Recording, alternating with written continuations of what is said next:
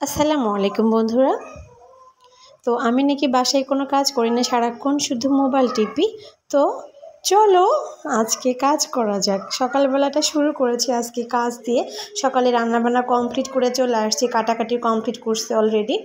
এখন রান্নাঘরটা পরিষ্কার করে নিব। একটা সংসারে কিন্তু অনেক কাজ থাকে, তাই না? শুধু যে গ্রামের বাড়িতেই কাজ, বাসা বাড়িতে কাজ নাই, এটা কিন্তু মেয়েদের এবং যারা এই কথাগুলো বলে তাদের একটা ভুল ধারণা। আমার কাছে মনে হয় শহর ও গ্রাম সংসারের কাজ সেমই এক। আমরা যারা বাসা বাড়ায় থাকি, আমাদের হয়তো বা গরু ছাগলটা নাই, তাছাড়া কিন্তু A to Z সব কাজই আমাদের আছে। তাছাড়া এমনিতে কাজ করতে মন্দ লাগে না, কাজ করতে ভালোই লাগে।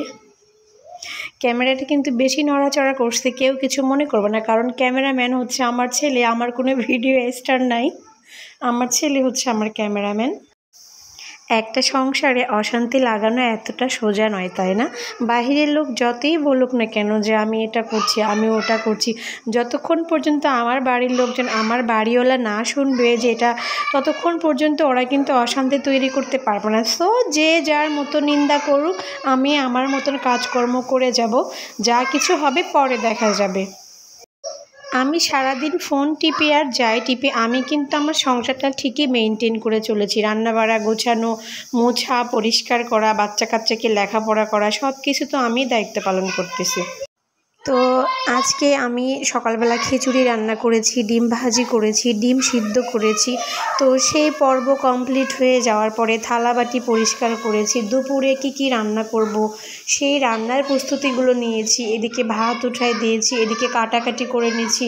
এতে এখন ঘর বাড়ি পরিষ্কার করতেছি। এখন কিচেনের র্যাকগুলো, টেবিলগুলো, টাইলসগুলো সব কিছুই পরিষ্কার করে নিব।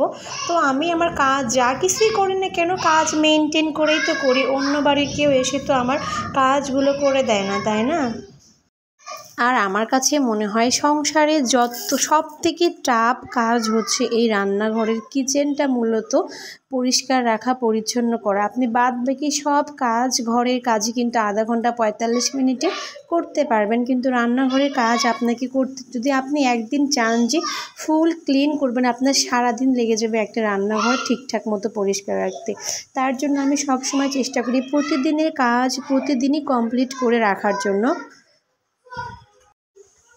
রান্নাঘরে যেটা হয়, আমাদের যে আসবাবপত্রগুলো রান্নাঘরে থাকে, যদি জানালা যতই খোলা থাক, আমরা যে রান্না করি তেলের যে একটা ভাব, গ্যাস ভাব, যে বাষ্পটা ওড়ে, সেখান থেকে কিন্তু সারা ঘরে তেল চেটচেটে একটা ভাব হয়।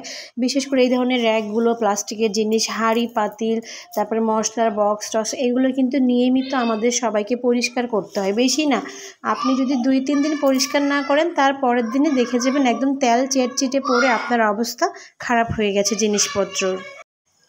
তাই আমি চেষ্টা করি প্রতিদিন একটু হালকা গরম পানির হুইলের পানি দিয়ে আশেপাশের জিনিসগুলো, যে প্লাস্টিকের আসবাবপত্র যা কিছু আছে, সেগুলো ভালো করে পরিষ্কার করার। আর বসেই থাকবো কখন বলেন? 24টা ঘন্টায় কাজ। আমরা মায়েরা এবং আমরা যারা গৃহিণীরা আছি, যে অফিসে আমরা জব করি, সকল অফিসে ছুটি আছে, কিন্তু আমাদের অফিসের ছুটি